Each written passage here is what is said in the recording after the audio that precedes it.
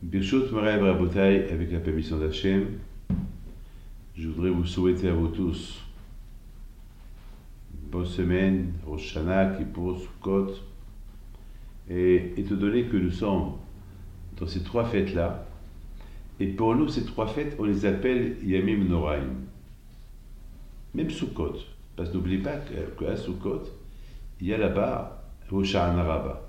Et Rosh Hashanah Rabbah, c'est comme Kippour, hein? C'est la Hatima. En plus, c'est Simchat Torah. Et Simchat Torah, c'est l'engagement maintenant, après qu'on a eu les Rosh Hashanah, Kippour, et Sukkot, et le mois d'Elul, et le shofar qu'on a sonné, la tzedaka qu'on a fait. Et tout ça, c'est pour passer au sérieux. Ça veut dire que maintenant, à partir de maintenant, ça suffit, il faut être un bon juif. Il faut suivre Torah et Mitzvot. Donc tout ça, c'est Yamim Noraim. Parce que vous imaginez que tout le travail qu'on a fait, ça tombe à l'eau. Ça veut dire que toute la teshuva qu'on a fait, toute la pénitence qu'on a fait, et tout ce qu'on a raconté, tout ce qu'on a parlé, bon, allez, tout tombe à l'eau. Bah, c'est pas logique, c'est pas normal. Donc, c'est la raison pourquoi il faut vraiment, il faut être sérieux, mes amis. Il faut savoir une chose, qu'il y a une question qu'on va se poser. Vous avez remarqué que chaque jour, on fait Hatati, Aviti, Pacharati. Chaque jour. Presque chaque jour, on fait Teshuvah. Chaque jour, on va 2 fois la prière. On fait Shahrit et Minha. Et même Kachima, avant de dormir, on dit Hachem, j'ai fauté. Vraiment, il n'y a pas de but. Il n'y a pas de fin, il n'y a pas de limite. Pourquoi chaque jour on dit Hachem, pardon, tout ce que j'ai fauté. Le matin on le dit, dans la prière on le fait. Chaque jour, attends, est-ce qu'on a besoin de répéter ça au bon Dieu? Est-ce qu'on a besoin de répéter ça? Alors dites-moi, ceux qui ne fautent pas, ceux qui sont allés Shiva tout le temps, alors aussi vont dire Hachem, pardonne-moi parce que j'ai volé, j'ai tué, j'ai violé, et j'ai fait ça, et j'ai parlé. Qu'est-ce que j'ai fait? J'ai rien fait. Je ne sais pas moi.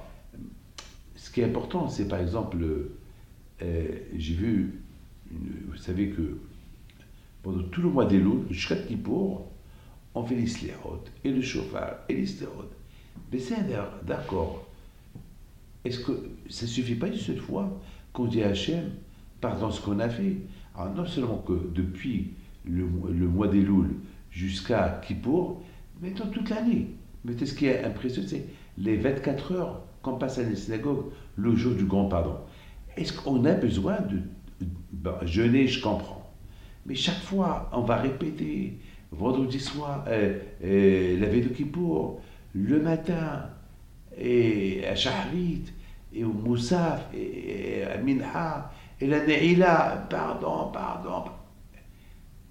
C'est pas assez une seule fois Alors, c'est une question qui pose dans un livre qui s'appelle Becholi Bidashticha. Il pose cette question-là aussi. Il dit, mais comment est-ce possible que toute la prière de Kippour, c'est une répétition? Pardon. Attends, c'est comme si je dis à quelqu'un, allez, je t'en prie. Attends, à un moment donné, on va lui dire, allez, je vais le faire. On a dû faire tes chevaux. C'est quoi cette répétition-là? Mes amis, j'ai vu une belle histoire. Pas une belle histoire, quelque chose que j'ai vu dans un livre qui dit que dès que Kippour termine, dès qu'on a fait l'année là, on a fermé le Echal et tout le monde est content, tout de suite, lorsqu'on commence à faire arbitre de la semaine, on est encore en ta'anit, on dit Veho Rachmi Chaper Avot. Hachem, s'il te plaît, pardonne-nous les fautes qu'on a fait. Mais attends, on vient de terminer Kippour. Attends, tout à fait de Kippour, on demande à Hachem pardon. Et une fois qu'on a fait l'année là, on est sûr que Hachem nous a pardonné. Alors, pourquoi on doit redire encore Vehu Rahum, Hachem, s'il te plaît, pardonne les fautes qu'on a fait. Mais attends, c'est quoi ça? C'est comme quelqu'un qui a bien mangé, très bien mangé, il a mangé son dessert, et puis après, tu lui apportes encore le repas principal. C'est quoi ça? Attends, mais je vais te manger, je vais te prendre dessert, j'ai pris mon café, j'ai fumé mes cigarettes, ça y est, c'est fini. Encore comme si j'ai pas mangé. Alors là aussi, on dirait comme que j'ai pas fait tes chevaux et je recommence à dire à Hachem, pardon. Pardon, pourquoi? Je viens de prier 24 heures pour que Hachem me pardonne. Et je dois encore, maintenant que la fête est terminée, on doit être content, heureux, c'est-à-dire on est conscient, on est sûr que Hachem nous a pardonné. Ah, pourquoi on dit, on répète encore, Hachem, pardonne-moi pour les fautes que j'ai faites. Voilà. Mes amis, à Kippour, prenons Kippour. Pendant Kippour, on l'appelle le jour du grand pardon. Kippour, il n'y a pas de rigolade. Même ceux qui ne sont pas religieux, à Kippour, ils deviennent religieux. Ouais, même religieux pour un jour. Bon, si tu veux, avec l'espoir qu'ils seront religieux tout le temps. Mais déjà, à Kippour, il y a un changement. Très bien. Ah, maintenant, et vous savez une chose. Moi, je ne suis pas dans la tête de chacun, et vous aussi, vous n'êtes pas dans ma tête. Vous n'êtes pas dans ma tête. Vous savez, chacun, il a une tête. Chacun, comment sa tête fonctionne. Il y a des gens déjà qui commencent Kippour. Aïe, aïe, aïe. Jusqu'à demain, on ne va pas manger. Bon, mais toi, j'ai pas faim. Il y a des gens qui vont voir et suivre l'heure jusqu'à la fin de Kippour. Ça veut dire, ils jeûnent à la rigueur, c'est mieux qu'ils partent manger quelque chose, hein, pour casser leur faim. Ça veut dire, ils passent les 24 heures de Kippour avec l'heure. Ça y est, il reste 2 heures, 3 heures, il reste. Ça veut dire. Mais ils vont prier, hein. Ils vont faire Vayahavor, ils vont faire Anna, ils vont prier, oui. Mais ils voient l'heure. Il y a ceux qui pensent aux vacances. Il y a, bon, vous avez le temps qu'on est fatigué 24 heures à la synagogue, et on se lève, on s'assoit, et on est fatigué en plus, et il y a trop de monde, ça parle, ça. La tête, elle n'est pas à 100% dans la prière. Bon, en fait, on ne sait pas exactement combien et quand, Béhémet, notre prière, parce qu'on dit, Va'anit filati lechadona et ratson. On dit Hachem, s'il te plaît, que au moment que je prie, que ce soit le vrai moment que toi tu es en train de m'écouter. Parce qu'il y a un moment dans la journée, il y a un moment dans, je ne sais pas quand, peut-être même dans une vie, que Hachem, il écoute la prière de la personne bien. C'est pas que Hachem, alors vous allez dire qu'on prie pour rien, non. Justement, Hachem, il veut que tu pries tout le temps bien. Pourquoi? Parce que Hachem te dit, tu sais, il y a un moment que je t'écoute. Mais c'est comme ça, ben, je ne le dis pas. Alors, le fait que Hachem ne me le dit pas, donc ça va me motiver, ça va me forcer, que tout le temps, je vais être bien attaché, prier à Hachem, parce que je ne sais pas quel est le moment que vraiment Hachem m'écoute. Hein, imaginez-vous, si par exemple, imaginez-vous, hein, que une fois dans la vie, il y a un avion qui va atterrir dans une île, il apporte du manger, de tout. Mais les gens, ils vont être là-bas à côté de... Et par exemple, bien sûr, on sait que l'avion, il va venir à l'aéroport. Eh bien, vous allez voir que les gens, chaque jour, ils vont être là-bas. Pourquoi? Ben, ils ne savent pas quand il va arriver, ce monsieur-là, cet avion, pour leur apporter à manger. Donc c'est la raison pourquoi ils ne vont pas prendre de risques. Donc c'est la raison pourquoi que nous aussi, on ne sait pas quand c'est le moment que notre prière est montée à Kadosh Baruch Hu. Et par rapport à ça, parce qu'on ne sait pas quand c'est le moment que la prière va monter à Kadosh Baruch Hu, alors chaque moment, il doit dire peut-être c'est ce moment-là, peut-être c'est ce moment. Vous savez que Bilam Aracha, c'est un rachat, hein? Regardez la phrase qu'il a dit. Matuv Ohalecha Yaakov, Mishkinetecha Israël. Quelles sont belles tes tentes, Yaakov, et qui sont beaux tes synagogues, les Beth Midrash, les Shivot, ils sont belles. Matuv Ohalecha Yaakov. Pourquoi il a employé? Et vous savez, c'est la seule bénédiction et compliment qu'il est resté jusqu'à maintenant. Toutes les bénédictions que Bilam Aracha nous a bénies, ils sont caduques, ils sont fausses. Et tous les compliments que vous avez, il les a dit parce qu'il est obligé de les dire. Mais cette phrase-là, il l'a dit. Et cette phrase-là, de quelles sont belles tes tentes Yaakov, quelles sont belles tes synagogues, quelles sont belles tes yeshivot, quelles sont belles tes kolilim. C'est là, il a dit du fond du cœur. Et jusqu'à maintenant, nous, on le dit. Jusqu'à maintenant, nous, on le dit. Jusqu'à maintenant, lorsqu'il y a un mariage, il y a le Hazak qui dit Matovo Alef Yaakov, les Ashkenazim, Israël, tout le monde. Dans toutes les synagogues, tu vois cette phrase qu'elle est affichée à côté du Sefer Torah. Matovo Alef Yaakov, Mishkenotecha Israël. Et cette phrase, c'est Bil'am al-Raja qui l'a dit. La question se pose, pourquoi cette phrase-là, elle a une importance plus que toutes les phrases? Ah ben justement, pourquoi? Parce que Bil'am al-Raja, il a compris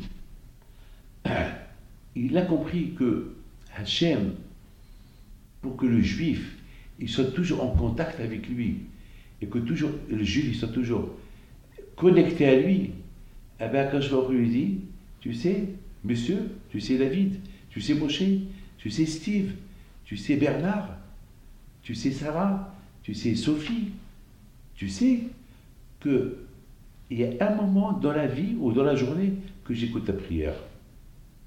Mais je ne dis pas quand. Alors, automatiquement, c'est un piège. Mais c'est un bon piège. Ce n'est pas un piège pour te tuer. C'est un piège pour te renforcer dans la Torah, te connecter avec Dieu et d'être toujours bien avec Dieu. Et c'est quoi ce piège-là? C'est que Hachem te dit, il y a un moment dans la vie, il y a un moment dans la semaine, il y a un moment dans le mois, il y a un moment dans l'année, il y a un moment dans la journée, il y a un moment dans l'heure, que je vais écouter ta prière. Et étant donné que je ne sais pas quelle heure, quelle semaine, quel jour, quel mois, quelle année, dans quelle époque, alors tout le temps je suis connecté à Kadosh Baruch Hu. Je ne vais pas prendre de risque. Et Bil'am, il a dit, Matovo Alecha. Quelle est belle cette idée que le bon Dieu, votre Dieu, il vous a donnée, pour toujours être connecté à lui. C'est vrai, beaucoup des fois j'ai envie de fauter, mais au moment que je vais fauter, je dis peut-être au moment que je vais fauter, c'est là que la prière que je vais faire à Dieu, elle va être acceptée, et je suis en train de fauter. Alors je perds et le bénéfice, et je fais une faute. Maintenant, vous comprenez pourquoi on ne sait pas quel moment notre prière pendant le mois des Sélechot, le mois des Loul, Rosh Hashanah Kippour, on ne sait pas, et surtout Kippour, c'est le jour du pardon. On ne sait pas quel moment, vraiment, je vais faire une bonne teshuva. Je ne sais pas. Alors c'est la raison pourquoi tout le temps, je répète, et je répète, et je répète. Et il se peut que je dis pardon, comme ça. Alors tu dis pardon à Hachem comme ça ne marche pas. Il faut vraiment que tu sens le pardon. Il faut vraiment que le pardon, il faut que tu sens. Le pardon, il faut que tu sens que vraiment tu as demandé pardon à Dieu. C'est pas de la rigolade. C'est Rosh Hashanah, c'est Kippour. Est-ce qu'à Sukkot, on sent Hachem à Sukkot, dans la Souka? Et pourtant on dit que dans la Souka, il y a la présence d'Hachem. Dans la Souka, on dit qu'il y a la présence d'Abraham, Yitzhak, Yaakov, Moshe, Aaron. Est-ce qu'on sent ça? Eh bien justement, si on ne sent rien, c'est parce qu'on ne s'est pas bien préparé à cette occasion. Et peut-être même à Kippour Rosh Hashanah, on était loin d'être avec Hachem pendant la prière, à tel point qu'à Sukkot, on ne le sent pas. Si tu ne sens rien à Sukkot, c'est que tu n'as rien senti à Rosh Hashanah et Kippour. Ça ne veut pas dire que le bon Dieu ne t'a pas pardonné, il te pardonne, mais il y a une différence. Écoutez bien, il y a une différence entre si je ferme ton nez et je te donne un bonbon et tu le manges, mais tu n'as pas de goût. Tu n'as pas de goût. Par exemple, ou bien on te met un produit dans la bouche que tu ne sens pas le goût. On peut te donner le meilleur steak du monde, mais tu ne sens pas le goût. Il y a une différence entre sentir le goût d'un repas que tu manges et lorsque tu ne sens pas le goût d'un repas que tu manges. Ben, il y a une différence lorsque tu pries Hachem et tu sens ce que tu dis, et lorsque Hachem va te pardonner, tu vas le sentir, que lorsque tu pries, et voilà, j'ai prié, et après, j'ai rien senti. Ça ne veut pas dire que Hachem ne t'a pas pardonné, mais tu n'as pas senti le plaisir du pardon. Alors c'est la raison pourquoi, à Kippour, on répète, parce que, pour deux raisons. On ne sait pas quel est le moment que vraiment Hachem va me pardonner, et on ne sait pas quel moment moi-même je vais vraiment sentir ce désir, vraiment de comprendre et d'avouer vraiment Hachem, j'ai fauté. Beaucoup de fois, on dit j'ai fauté, voilà. Mais sentir vraiment que j'ai fauté. Et le dire, l'avouer. C'est la raison pourquoi il y a ces répétitions dans la prière. Mes amis, écoutez bien. Imaginez-vous quelqu'un qui a un jugement. D'accord? Il doit se présenter devant un juge. Mais un jugement dur. Avec un juge très dur. Très dur. Il n'y a pas d'arrangement avec lui. Il n'y a pas de pot de vin à lui donner. Mes amis, imaginez-vous combien ce monsieur-là, il va se préparer et préparer la réponse qu'il va donner au juge. Parce que pendant qu'il va voir le juge, il va être perturbé. Combien il va se préparer. Et que Dieu préserve, il ne faut pas qu'il se trompe. Il ne faut pas qu'il dise le contraire de ce qu'il est en train de dire. Et combien il fait des répétitions, de répétitions, de répétitions. Parce que, vous savez, c'est que Dieu préserve. Hein, c'est, à Kippour, c'est pareil. Hein, on est devant le juge. Et vous savez, hein, n'oubliez pas une chose. De la même façon que dans ce monde-là, l'être humain est jugé dans un jugement, ils vont même après 10 ans, ils peuvent dire oh, on s'est trompé du jugement, ils vont le rejuger. Et bien d'autres mondes, ça marche comme ça. On te juge, on te rejuge. Et vous savez que même les morts, ils sont rejugés. Et vous allez me dire pourquoi les morts, ils sont jugés? Eh bien, ils sont morts. Eh bien, justement, c'est vrai, ils sont morts. Mais les conséquences de leur vie, lorsqu'ils étaient vivants, s'ils ont fait des bonnes choses, et les gens, ils ont appris des bonnes choses de lui, donc chaque année, il est jugé pour les bonnes choses qu'il a enseignées à d'autres. Et chacun qui fait des bonnes choses par rapport à lui, donc on lui ajoute des mérites. Mais si quelqu'un il a fait des mauvaises choses, il a enseigné à ses enfants des mauvaises choses, et ses enfants, ses petits-enfants, et d'autres personnes, ils l'ont imité, eh bien, malheureusement, chaque faute que quelqu'un il a fait parce qu'il a appris de ce monsieur-là, même qu'il est mort, il est rejugé pour. C'est la raison pourquoi, à Kippour, tout de suite, même qu'on a senti le pardon, on est super bien, après toute une prière de 40 jours pour que le bon Dieu nous pardonne, tout de suite, une fois qu'on a fait la prière, tout de suite, une fois qu'on a fini Kippour, et maintenant on va faire la fête, la prière de Motsei Kippour, de la fête de Kippour, pour pouvoir aller manger. Une fois qu'on a écouté le chauffard, maintenant on fait arbitre pour aller manger. On peut, que Dieu préserve, il y a une faute qui peut traverser la tête. On peut même dire, ouf, c'est fini. Oh là là, quel jour. Oh là là, 24 heures. Ça déjà, ça veut dire que la prière de 24 heures, c'était un poids lourd pour toi. Voilà la première faute. Tu commences déjà avec ça. Donc déjà, même si on a eu ça, on dit, Hachem, pardonne pour cette faute-là que j'ai fait. Mes amis, c'est ça. Hein. Mes amis, il faut savoir une chose. De plus que la personne, il fait le vidouille, il avoue les fautes qu'il a fait, il prend connaissance. Peut-être pas la première fois, peut-être pas le deuxième fois, mais peut-être à force de répéter les choses, il va arriver à prendre conscience. Parce que beaucoup des fois, on oublie ce qu'on a fait pendant toute l'année. Et sur mesure qu'on répète, merci Hachem, pardonne les fautes que j'ai fait, on risque de se rappeler, mais peut-être une faute, ah, j'ai fait ça. Voilà, hier,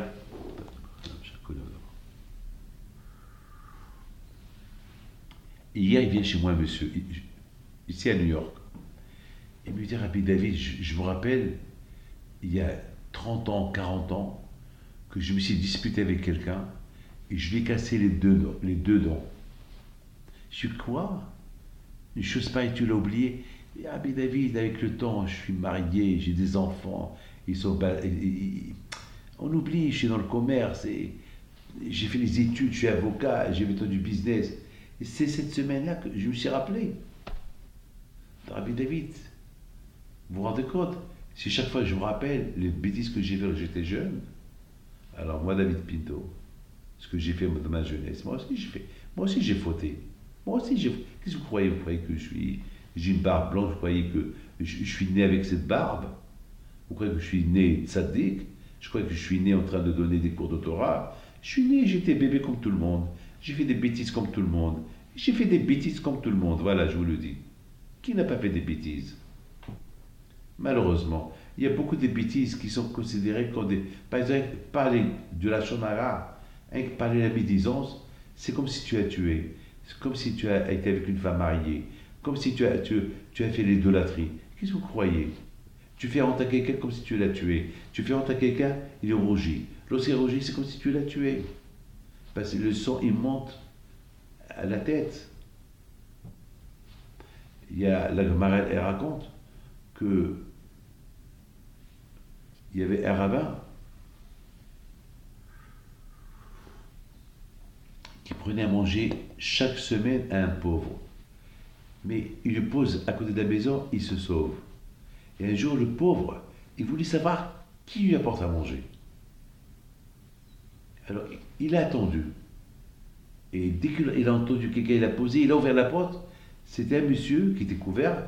Il a couru ce monsieur-là. Il ne savait pas où se cacher. Il s'est caché dans un four qui était allumé. Il y a eu un miracle qui ne s'est pas brûlé. C'est la folie, hein? Pour ne pas lui faire... Il a dit, je préfère mourir et me brûler, que de faire honte à quelqu'un. C'est de la folie. Je voudrais vous raconter une belle histoire. Une super histoire. Il y a une grande tzadékette. Elle est enterrée à Essaouira.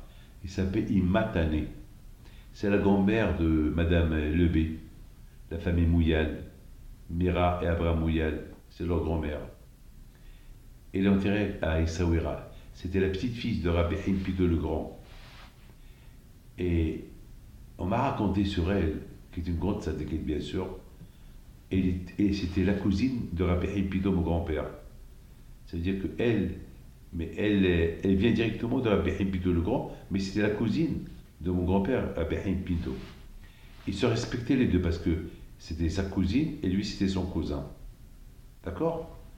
Et un jour, il s'est passé que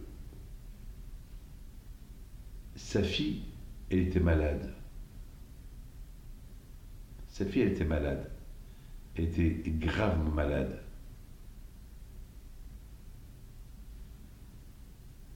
Alors, elle était entre la vie et la mort, sa petite fille. Sa fille ou sa petite fille? Alors, qu'est-ce qu'elle fait? Non, pardon, sa petite fille. Qu'est-ce qu'elle fait? Elle va sur la tombe de Rabbi Haïm Pido le Grand, qui est son grand-père, à Essaouira. Elle prie. Elle prie, elle pleure.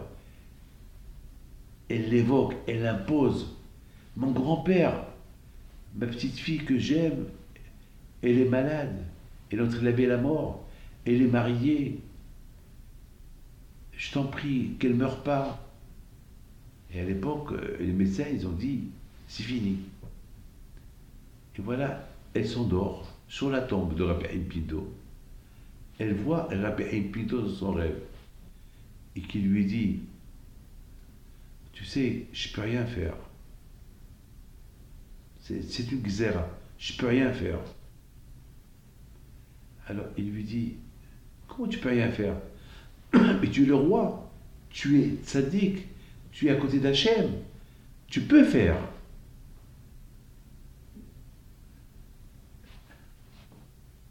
Alors Rabbi Haïm Pido, il répond à sa petite fille dans le rêve.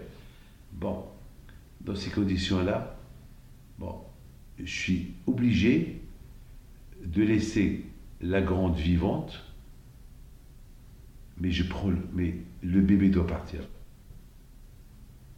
Parce que c'est une xéra.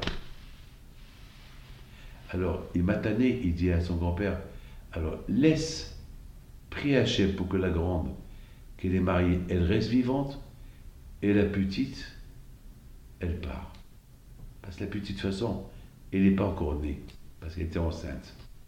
Alors, voilà, mais la grande, elle reste vivante. Elle se réveille, tout de suite elle va à la maison. Il dit à sa fille, donne à ta petite, donne à ta fille maintenant non, elle va à la maison, elle dit à sa fille, donne maintenant à ta fille qui est malade, à boire et à manger. Elle va vivre. Il lui dit, mais Elle est en train de mourir. Il dit, t'inquiète pas, elle va vivre, mais le bébé qu'elle porte, il va partir. Moi, elle, et grâce à Dieu, elle est restée vivante. Bon, la petite était enceinte, le bébé est parti, mais grâce à Dieu, elle a eu plusieurs enfants. Grande famille. Parfois, il y a des gézérotes. Alors vous allez me dire, pourquoi Rabbi Himpido a fait ça? Bon, Rabbi Himpido, il sait ce qu'il fait. Mais déjà, vous savez, il y a une différence. Beaucoup de fois, il y a des femmes qui viennent chez moi, qui sont enceintes et qui perdent un enfant. Comment je les console? Heureusement que cet enfant-là, vous ne le connaissez pas. Il y a une différence entre un enfant, qu'on le connaît, on le voit grandir, que Dieu préserve lorsqu'il meurt, qu'un enfant qu'on n'a jamais vu et qui part un avortement. On ne le connaît pas, on ne l'a pas vu. Il y a une différence. Vous comprenez ce que je veux dire? Bon, beaucoup de fois, c'est comme ça que, par exemple, hier, par exemple, il y a une fille qui vient chez moi, après 1 an de mariage, elle pleure, son mari l'a abandonnée.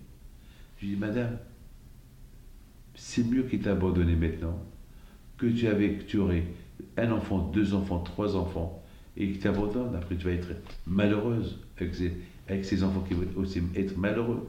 Il faut savoir que il y a des choses qui sont mal, mais ils peuvent être bien aussi. Bien sûr que Dieu fasse qu'il y a ni ça ni ça, mais pour vous dire, c'est le courage des tzadikim, le courage de la prière. Mais de ces tzadikim-là, bien sûr, ces tzadikim-là, pour qu'ils arrivent à être ce qu'ils sont, c'est parce qu'ils sont attachés à Hachem. Ils sont à Kadosh Baruch Hu tout le temps, tout le temps. Je vais vous raconter ça. Je me trouve à New York.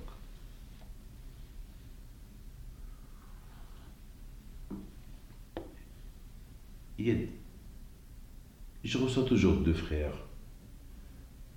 Ils sont super. Ils sont des étudiants. Ils sont un peu âgés. Et voilà, maintenant, ils ont réussi tous les deux. Ils ont commencé à chercher à se marier, à chercher à faire des affaires. Et soudainement, un des deux, il avait mal à la tête. Au départ, il a pris des cachets. Et à un moment donné, il voyait qu'il commençait à ne pas bien voir. Et lorsqu'il a fait des radios et tout, ils ont découvert qu'il avait la grave maladie. Et après quelques mois, il est mort, le pauvre. J'ai vu sa mère hier, j'étais mort. Je le connais, j'étais mort de chagrin.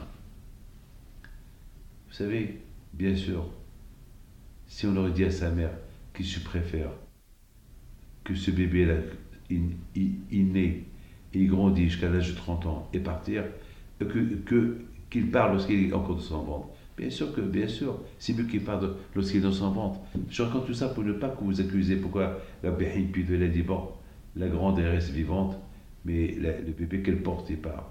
Il y a des calculs que même les tzadikim ils font dans l'autre monde. Et c'est des bons calculs. Et on est conscient de ça. Mes amis,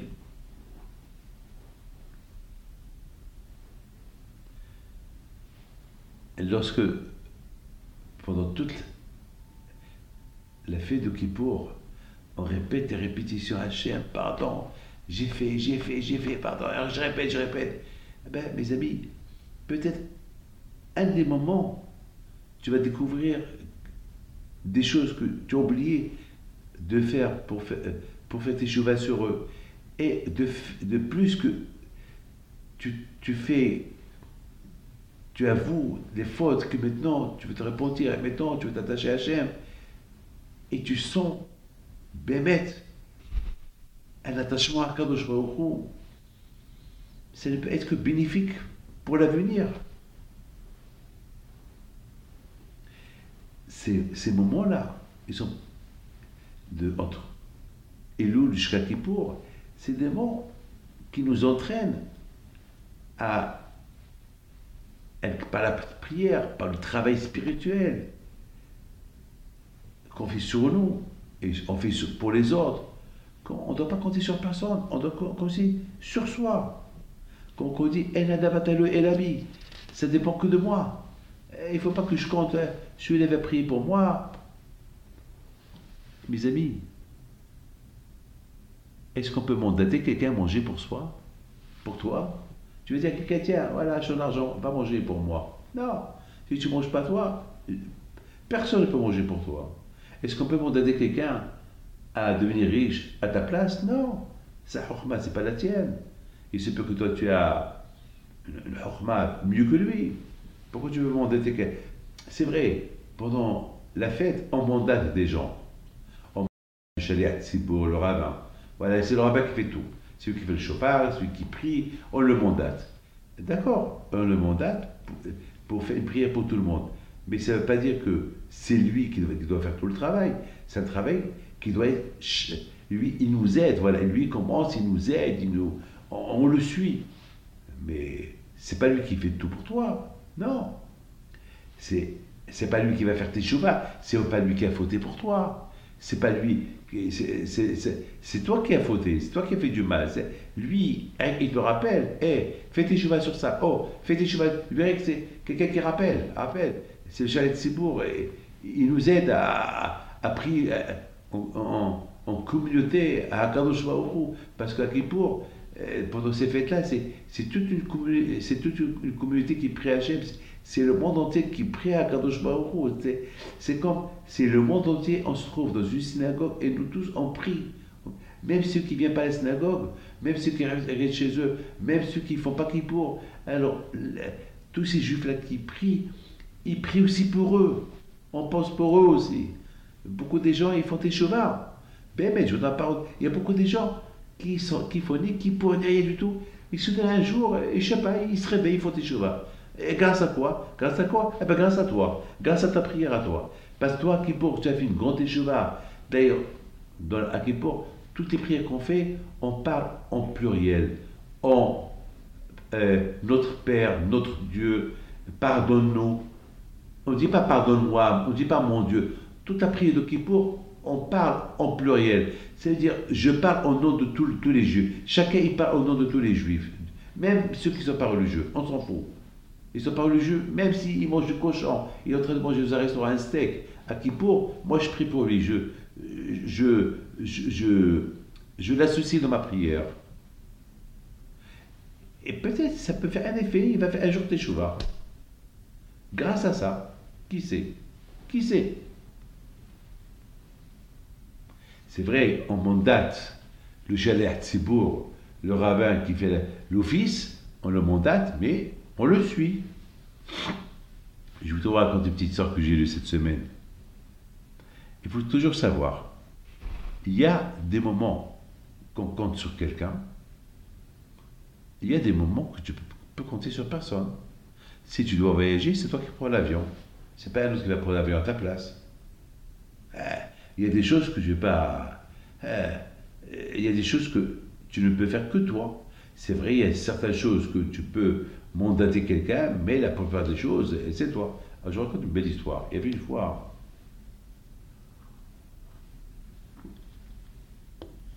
un monsieur qui vient chez un rabbin. Il lui dit, Rabbi, j'ai un problème aujourd'hui. J'ai perdu mon père et je dois voyager aujourd'hui aux États-Unis parce que j'ai une affaire que je dois faire. Mais maintenant j'ai un problème, je n'ai pas encore enterré mon père. Alors j'ai pensé, bien fait, bien faire, j'ai mandaté quelqu'un qui s'occupe de la cérémonie de le lavage du corps de mon père et je lui ai donné $1000. Et après, j'ai mandaté quelqu'un d'autre pour qui fait le kaddish pour mon père. Et je lui ai donné $1000. Et j'ai mandaté quelqu'un d'autre qui prend les 7 jours à ma place. Parce que moi, je vais être dans le voyage. Et qui s'assoit, qui prend prend les 7 jours à ma place pour donner 7 jours. Et je lui ai donné $1000. Alors le rabbin lui dit, alors qu'est-ce que tu veux de moi? Alors tu as tout fait. Il dit, maintenant, monsieur le rabbin, je voudrais vous poser une question. Est-ce que je suis obligé d'aller lui présenter les condoléances? Le rabbin lui dit, alors donne-moi les $1000, moi j'irai à ta place de présenter les condoléances. Donne-moi les $1000, moi je les fais à ta place. Alors j'ai lu cette histoire, ça m'a fait rire. Il donne $1000 à quelqu'un, un étranger, qui s'assoit, qui fait Shiva, qui se sont partis pendant 7 jours. Et après, à quoi il pense? Elle est président de condoléances. Mais Aboul, il est fou. Mais c'est à temps qu'on devait présenter les condoléances. Alors, le Rav était très intelligent. Il a dit, tu sais quoi? C'est pas la peine que tu aies le président de condoléances. Moi, je l'ai fait à ta place. Donne-moi 1000 $. C'est-à-dire que ce qu'on apprend de cette histoire, il faut apprendre à ne pas trop mandater les gens. Si on doit faire une mitzvah, on la fait soi-même. Soi-même. C'est sûr que je vous ai raconté. C'est une histoire, c'est une blague. C'est une blague. Un homme qui veut toujours mandater. Faire la tzedaka à travers quelqu'un, tu mandates, allez. Non, il y a certaines choses que tu... Le fait teshuva, c'est toi. Manger, c'est toi. N'oublie pas une chose. Il y a un moment pour manger, il y a un moment pour faire la guerre, il y a un moment pour se marier, il y a un moment pour dormir, il y a un moment pour étudier, il y a des moments pour chaque chose que le bon Dieu... Tu ne peux pas mélanger les choses. C'est pas le moment que tu dois étudier, là tu vas commencer à prendre le téléphone. Non, c'est le moment d'étudier. Il y a le moment de la prière. C'est pas au moment de la prière, c'est là que tu vas commencer à penser des bêtises, à, à, à, à manger ou à prévoir des choses, prévoir les, comment ça s'appelle, les vacances que tu vas prendre. Prends ces vacances pendant que tu manges. Mais pourquoi pendant la prière? Pourquoi pendant l'heure que tu vas étudier?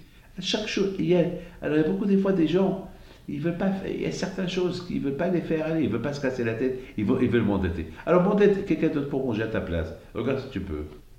Mes amis, pour avoir Gan Eden, pour acquérir le paradis, Hachem, il a besoin de voir l'effort que tu as fait.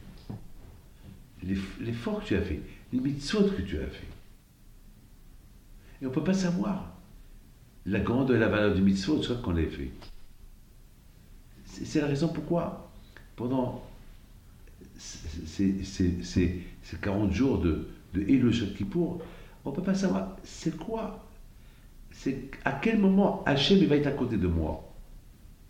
Qu'il va me dire, David, allez, les Hayim Tovim Shalom, bonne année. Je ne sais pas quand. Peut-être il va me le dire pendant que je suis en train de faire la Avera. Alors là, tu crois qu'il va me la dire pour que je fasse des bêtises? Pendant ces moments-là, chacun de nous, il doit sentir la présence d'Hachem. Comme on dit, ce que tu fais, il faut le connaître. Tout ce que tu fais, il faut connaître Akadosh Baruch Hu. Comme ça, tout ce que tu fais, tu as associé Akadosh Baruch Hu dans tout ce que tu fais. N'oublie pas une chose. Ces moments-là, on les appelle c'est des moments qu'Hachem, il est à côté. Demande, il est à côté. Demande. Par exemple, vous êtes en plein jour.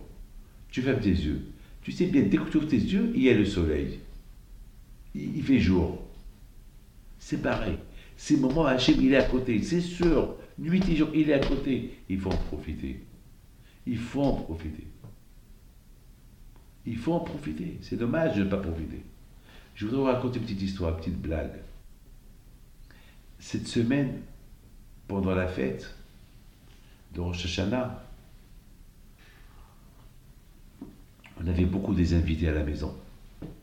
Et tellement qu'il y avait beaucoup des invités, on a mangé presque tout le pain. Maintenant, il nous manquait le pain pour le Shabbat. Alors ma femme me dit, qu'est-ce qu'on va faire? Je dis, bon, il n'y a pas de problème. Je vais demander à des membres de la communauté quelques pains. Il me dit, mais on a besoin moins de 8. Parce que vous avez tout mangé. J'ai fait une tonne et vous avez tout mangé. Je dis, viens, t'inquiète pas, je peux t'apporter une tonne. Vous savez, je fais un appel et je vais t'apporter 200 pains. Non, je veux que 8. Bon, je vais à la synagogue. Je pense à qui? Je pense à Judas le Gassi.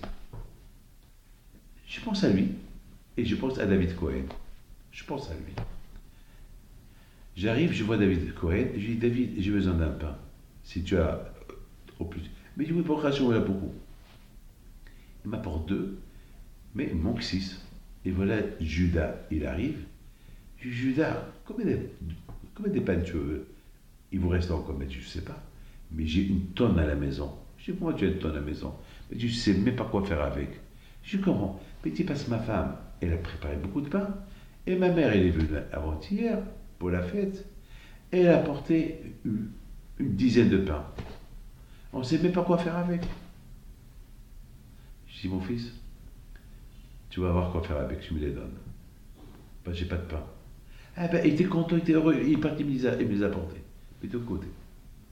Comment cette femme-là, Madame Lugassi, elle sait qu'il est invité. Ils lui ont dit de ne pas faire le pain. Et malgré tout, elle l'a fait. Pourquoi elle l'a fait? Ben, elle l'a fait pour moi. Parce qu'Hachem, il savait qu'on va terminer le pain et que je ne veux pas faire honte, je veux pas me faire honte et demander à toute la communauté un pain. Donc, Akash Baruch Hu, il a fait que sa mère, elle a préparé du pain et Hachem, il m'a mis dans ma tête que je lui demande à lui. Et pour, c'est-à-dire que demandez ce que vous voulez chez Hachem et Hachem, il vous donne. Si vous mandatez personne et vous faites le travail directement entre vous et Hachem, Hachem, il vous ouvre les portes. Mais si tout le temps on mandate, mais qui peut faire des mitzvot mieux que toi? Même la tzedaka, c'est mieux que tu as fait toi-même. C'est vrai que le Shelah Tzibour, il prie pour nous tous, mais c'est limité. Il prie pour nous tous, mais c'est pas pareil que toi, lui, il te rappelle que toi aussi, il faut que tu pries pour toi-même. C'est ça, mes amis, regardez, cette histoire du pain, Bémet, Hachem, il me met même le nom du monsieur à qui je demande. Et ce monsieur-là, sa mère, et il a fait du pain, en plus sachant que sa belle-fille, elle ne veut pas de ce pain. Donc, on a eu le plaisir de manger du bon pain. Et le pain de ma femme, et le pain de M. Cohen, et le pain de M. Gassi. Et puis, il y a eu la bracha dans ce pain. Jusqu'à la fin de la fête, il restait un pain. C'est mon beau-fils qui l'a pris. Mes amis, je termine. Il y a un passouk dans la paracha de Yitro qui dit Vekol shofar holech behazik meod. C'est quoi? Et le son du shofar, il va de plus en plus, il devient plus fort. Le son du shofar. Il va de plus en plus fort. C'est quoi? Et Moshe, il part, et Hachem, il l'aide. C'est quoi l'explication de cette phrase-là? Et je pense que Vekol shofar, kol c'est la voix. Et le mot kol, on peut le rendre aussi kal. Kal, c'est faible. Ça veut dire que de plus que ta voix, elle est forte avec le bon Dieu, il va t'aider à comprendre ce que Hachem veut de toi. Mais il faut vraiment, si tu te concentres uniquement dans Akadosh Baruch Hu, tu comptes sur personne, tu mandates personne, toi-même, le kol shofar, kol, la voix, shipour, tu t'améliores, tu pries Hachem pendant cette fête, et tu pries, tu continues, Akadosh Baruch Hu, il va t'aider, il va t'ouvrir les yeux, on dirait qu'Hachem va commencer à parler à travers toi, et tu dis, voilà, tu fais tes cheveux sur ça. Moshe Daber va Elohim va t'aider à découvrir tout ce qui te manque pour être connecté à lui. Mais Hashu Shalom, si ta prière elle est légère, Kal Shofar, si ta prière elle est légère, alors tu vas t'affaiblir et t'affaiblir et t'affaiblir dans ta prière et tu vas rien comprendre. Toi commence à Akash Baruch Hu t'aide. Mes amis, mes enfants, je vous souhaite à vous tous Bracha Batzlacha, Briut, Shana Tova, et Bisrot Rabbi Pito Akash Baruch Hu, il vous protège, il vous donne une bonne année Kénération, et Be'ez Hashem, qu'on verra, si Dieu veut, Mashiach Tzidkenu, Bimehera Biyameno, Amen Kénération.